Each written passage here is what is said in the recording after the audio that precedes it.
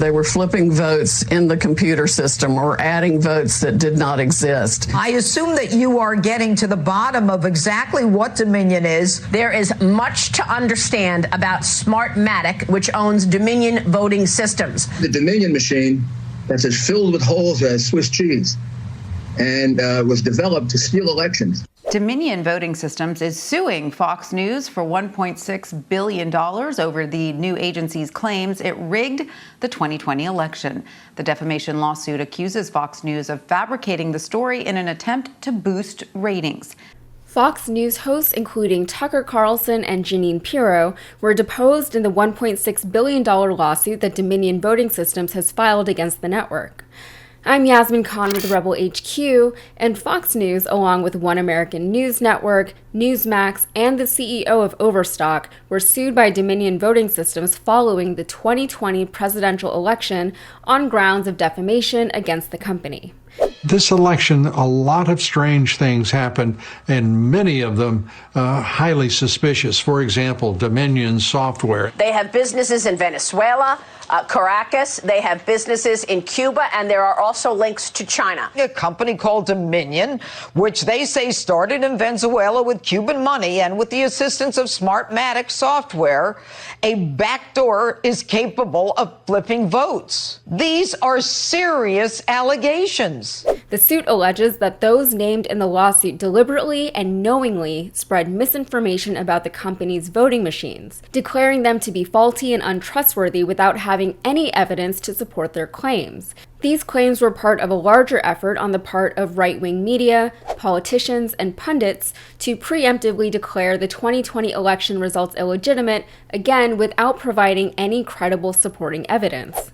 The false claims had a two-pronged effect. It sowed the seeds of discord amongst Trump supporters, an already discordant and self-victimized group of people, and the inflammatory nature of the claims supported and encouraged ardent viewership across these networks. In other words, lies and division amongst the American populace to the point that we can't even have fact-based conversations with one another anymore are great for business. Last week, as part of the trial's proceedings, Tucker Carlson and Jeanine Pirro sat for sworn depositions. Next week, Lou Dobbs and Sean Hannity will do the same. Rupert Murdoch and his executive son, Lachlan Murdoch, are also expected to sit for depositions. Now, according to reporting from the New York Times, this case is actually pretty groundbreaking. Fox News hasn't made any indications that they're interested in settling with Dominion, and similarly, Dominion is not backing down from the role that they are playing against libel. This is bigger than they are. But defamation suits are nothing new. So why is this one different?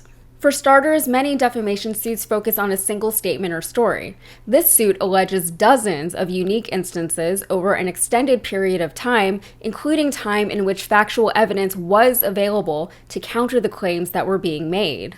Lou Dobbs, for example, said that he had, quote, tremendous evidence that Dominion was designed to be inaccurate, evidence that he, of course, never actually provided.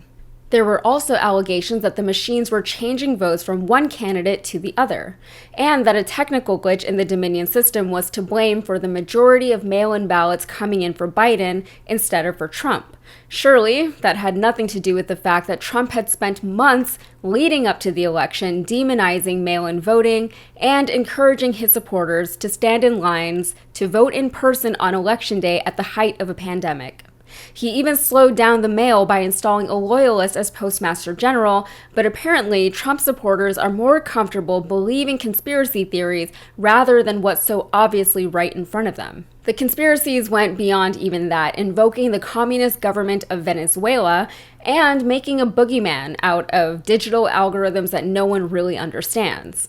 Fox News has tried and failed to get the lawsuit dismissed, which makes sense. They're used to settling cases such as this one by hiding behind the First Amendment.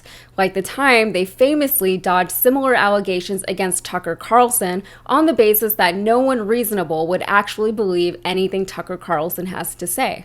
After all, he's just an entertainer. Still, the fact that Dominion isn't backing down, and they shouldn't, indicates that they understand the gravity and future implications of this case.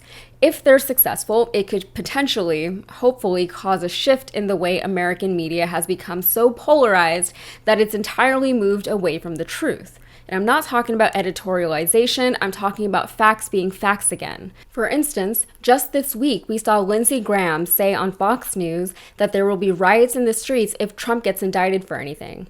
After catching an avalanche of backlash for his statement, he went back on Fox News to backtrack his statements. And Fox News, for their part, they could have easily replayed the clip of his earlier statement, but they chose not to. The way it's supposed to work is that journalists are given a set of facts. They're supposed to present those facts to the public, and for the record, CNN, MSNBC, Fox News, all of them, they get the same news ticker. How the network chooses to present those facts can lean the story one way or the other, but the lean itself isn't the actual story. The facts are the story.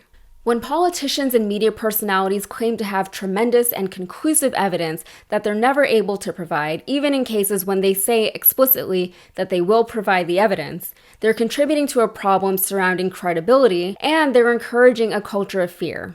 Fear of the unknown, fear of the what if, fear of the other. This case is about more than sticking it to Tucker or Hannity.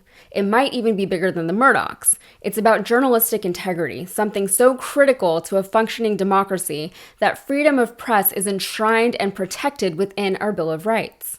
It's about devaluing lies and returning to some semblance of rationality amongst American voters. In other words, if you've got tremendous and conclusive evidence, cough it up.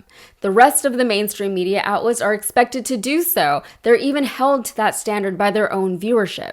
And no, they're not perfect because fallibility has to be expected in anything, but they certainly don't get away with claiming to have evidence without immediately producing said evidence. All right, that's it for me. Please like and subscribe if you got something out of this, and be sure to follow me over on Instagram and TikTok. Thanks for being here. Bye.